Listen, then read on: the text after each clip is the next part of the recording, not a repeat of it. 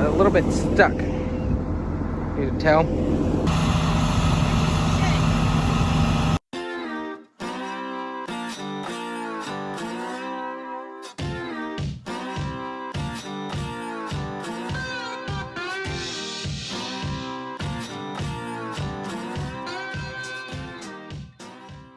Alright guys, just showed up here, Russellville.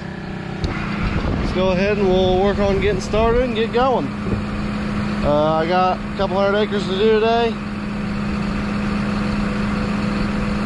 So we're gonna try and get all of this done before Ross even gets a chance to come look at it. Yes, me and Ross do like to have fun when we're spraying. Sometimes we'll like kind of race, or not really race. I mean, obviously we still have a bunch of stuff that we have to do, but we do try to have as much fun with it as what we can. We are in the sprayers and stuff all year long, so kind of gotta have fun with it. So that's what we do. We always try our best to do that. So here's something that I figured a lot of you guys might actually like to see. So I'm not sure if you guys will be able to see it on camera or not, but basically this cornfield has two different colors to it. You can tell that there's two different varieties in here. One thing that my dad does is he puts, like, we plant both Agrigold and Pioneer seed. So what he'll do is he'll plant Agrigold on one side of the planter and he'll plant Pioneer on the other side of the planter. He does that because then that way if someone says, well, this will outdo this in this way or something like that, he can go out there to the field, and if they're both all laying over and they're like, well, mine won't lay over like that, then Dad can be like, well, look at it, and both of them will be laid over. But I'm not really sure if you can see it all that well, but you can see the perfect line of 12 rows. And then the perfect line of 12 rows. So yeah, that's two different, basically, brands. Not really different varieties, but more different brands. So yeah, it's interesting though to see which one will do better and which one will do worse. Because what we see a lot of times is like one side of it will be like Agrigold we've seen to do a lot better as far as holding test weight than Pioneer. We don't have any idea why, because like I said, it's basically the same variety, it's just a different company selling it. So we'll just have to wait and see, and I'll try and talk to Dad about it and see what Dad says about it too. But yeah, that's kind of an interesting thing I find to look at every year, is how much difference you can see in two sides of a planter. It's pretty crazy. You can see it here too. But yeah, I'm out here spraying corn again. I don't mind it, but spraying corn is not my favorite because you gotta follow the rows. You can't, like, you know, use auto steer. So I mean, unless I had the paddles or something like that, then I could, but I don't have paddles and I don't have row vision. So it makes it a little bit harder, but I still have fun with it. It actually gives you something to do the entire time instead of just kind of sitting back and not having anything to do. It keeps you concentrated and focused on what's going on. And the good thing about spraying tall corn is your boom don't hit the ground as much. John Deere invented this thing to hit the ground, I swear. So now I'm still over here. I'm about done with the corn that's up, I think. Oh, never mind. False alarm. Still got like another 150 acres. I thought I only had 50. Ah! Well, we'll get it done eventually, folks. Don't worry. Get it done. Thought I was about done, but I guess not. But anyways, yeah, this field here and that field, and then there's like another field back there, and then there's another field like way in the back there on the back side of my induction tanks that's needing to be done. So wait, no, that one back there. Okay, so maybe, I don't know, I'll figure it out eventually, I'm sure. But yeah, I got a little bit more here to do, not too much, and then I'm gonna go back to spraying full rate. So basically what I'm doing now is I'm spraying a half rate of basically a metribuzin, which we're using to irrigate extra right now because it's what we had sitting around. I am using a half rate of it right now because Ross had already put a half rate on whenever they planted this, because they planted this early. So you got to be able to let that corn push up a little bit, and then you can put on your next half rate and finish it off until it covers. And as you can tell, this here is not as far along as what the other field was that we was on. The other field it was on over there, it was like covered. It was to the point to where we almost needed drops. So luckily we got that done before we needed drops. So yeah, and there's a bean field right there, and I would almost put money on it that I will accidentally ding it a little bit, because this dry corner here is on the corner of it and it's hard to spray. Also, in case you guys didn't know, like in some of these places, especially like this one right here, you can see there's a bean field out there and then there's a cornfield on this corner. This is what we call the dry corner. A lot of times we have to do this for insurance. This is just so then that way insurance can kind of get a feel and an idea as to what the difference is on a piece of ground like this between what's irrigated and what's non-irrigated. And obviously on this field there's quite a bit of a difference because this is a gravel type soil, so it dries out really quick and it doesn't hold moisture very well.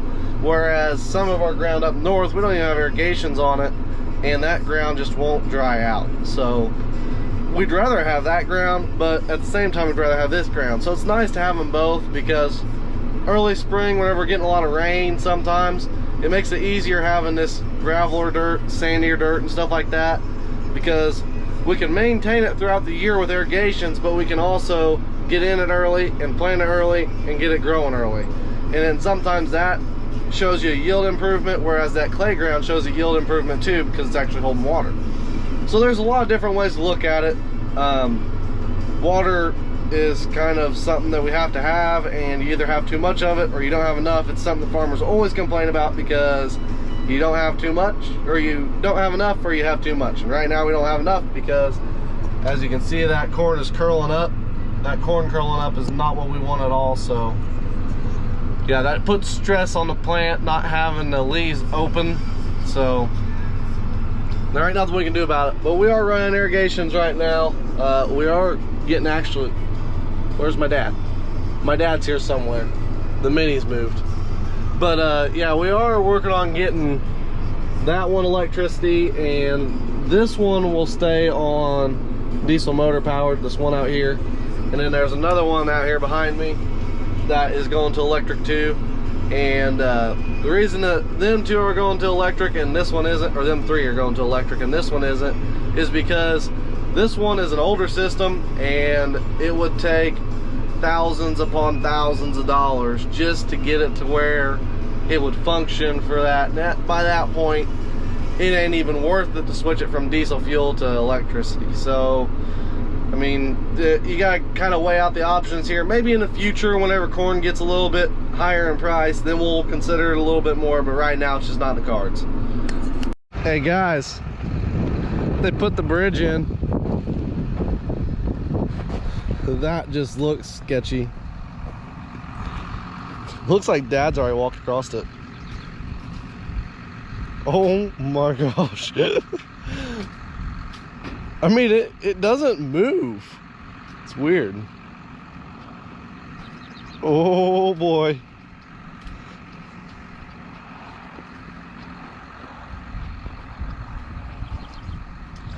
Well, that's actually really cool.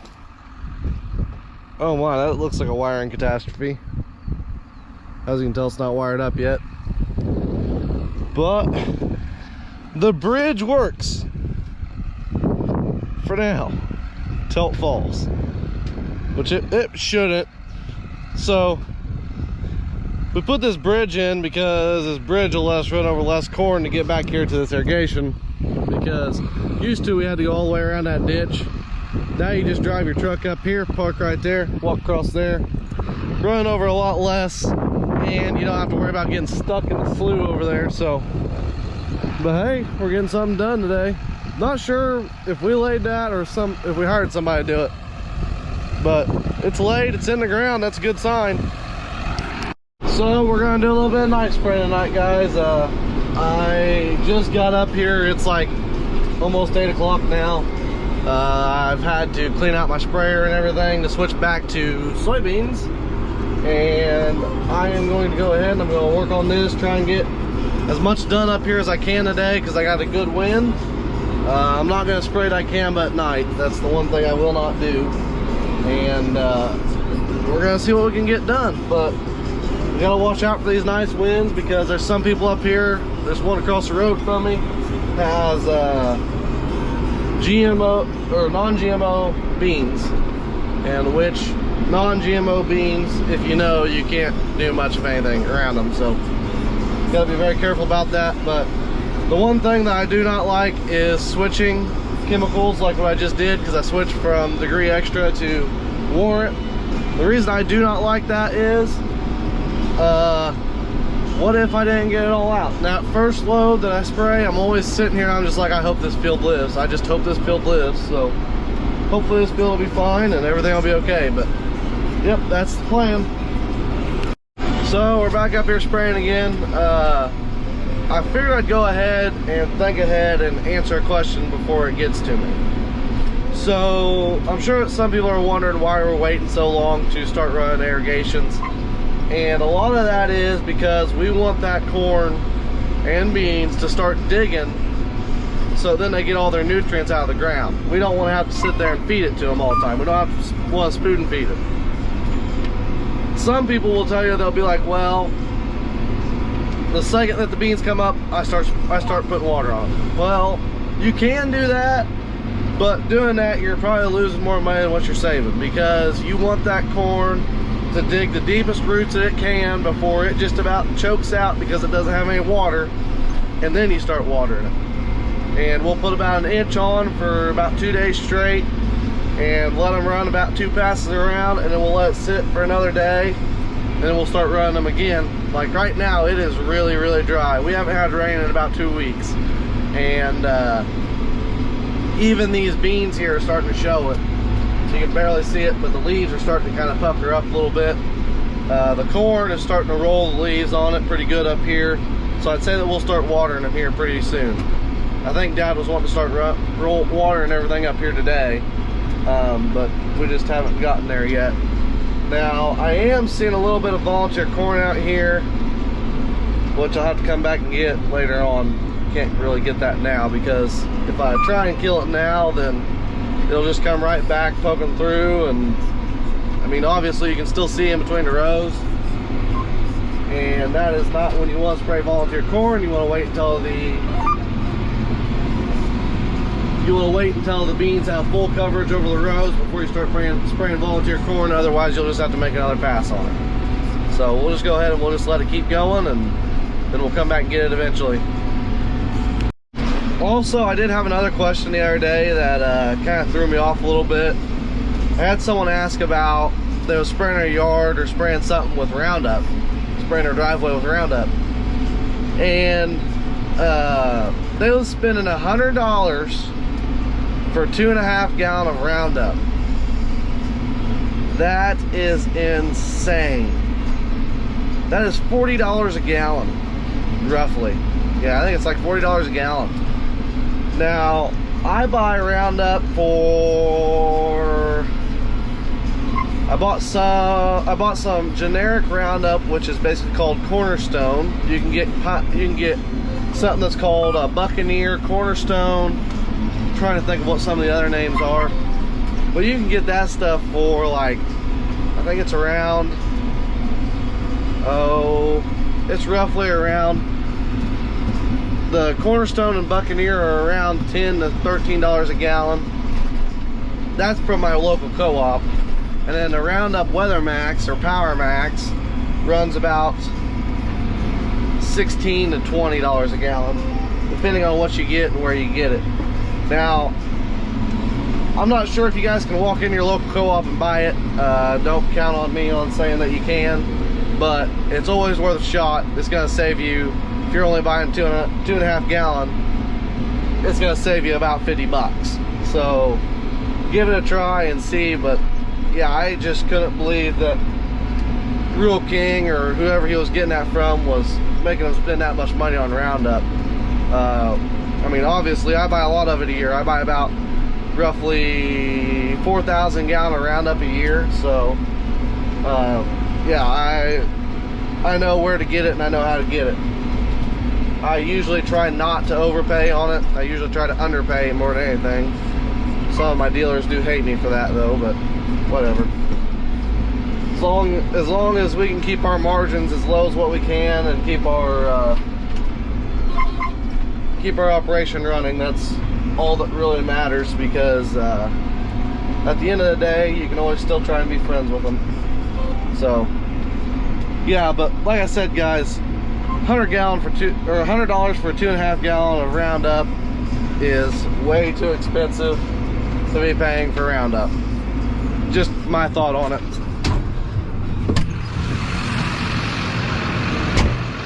Now like 2,4-D I would believe would be a little bit more expensive. 2,4-D and like your dicambas, I pay about $50 for my dicamba a gallon. $50 a gallon, yeah, I know, that's a lot of money. And then for 2,4-D, I'd have to look. I don't know what exactly I paid for 2,4-D this year.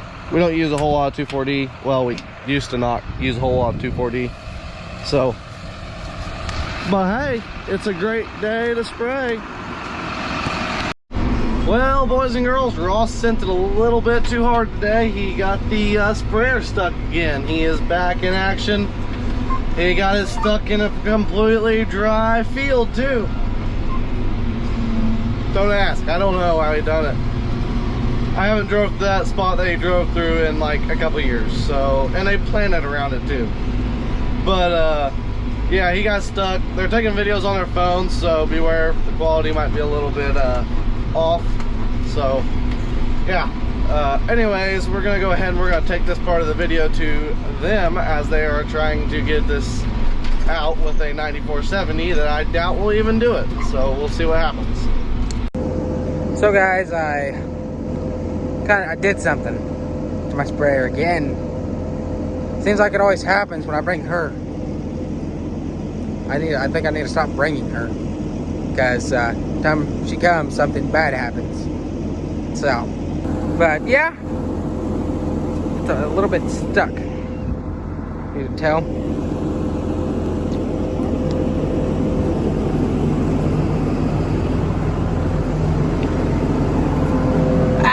Like, I can't even stand up underneath it now.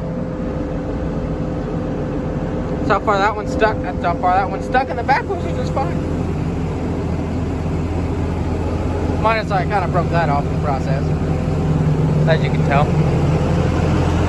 That's supposed to be there. That thing right there is supposed to be here, but kind of broke it. Got it fixed temporarily. Just gonna shut this off.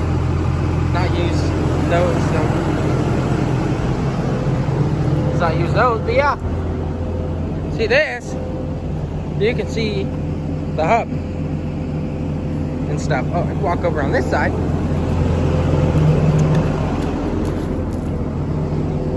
It's very difficult to. So yeah, I don't need to bring her anymore. It's done deal. Maybe I won't get stuck anymore. Now I haven't got stuck all year. Nothing's ever happened to me when I was by myself. When she's with me, everything happens. I warned you about this though. I literally told you that this looked a little moist. And what did you do? Went through it! But see, by the top, it doesn't really look too bad. But, oh well, nothing I can do about it now. It's a little clumpy.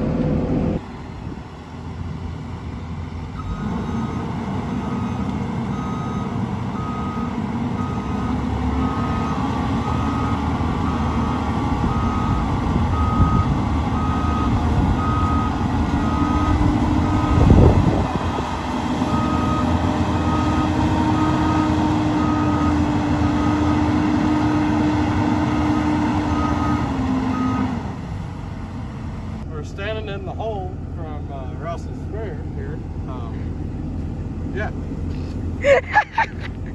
you guys say about it? Good job. Oh, I have mud on my butt. He has mud on his butt. Good. I'm not gonna do this again. Oh, please don't. Yeah, please don't. Wow, she a deep one. Yeah, one can see the way if you look at it like this.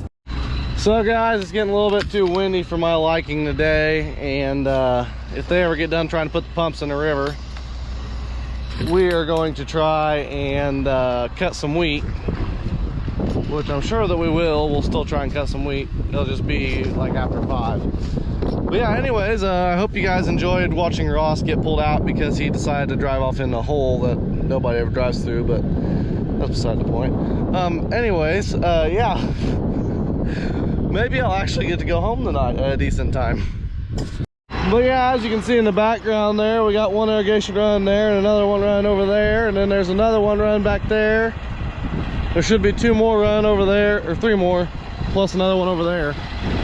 Don't think they started that back one yet, but yeah, we got irrigators going. They're all running today.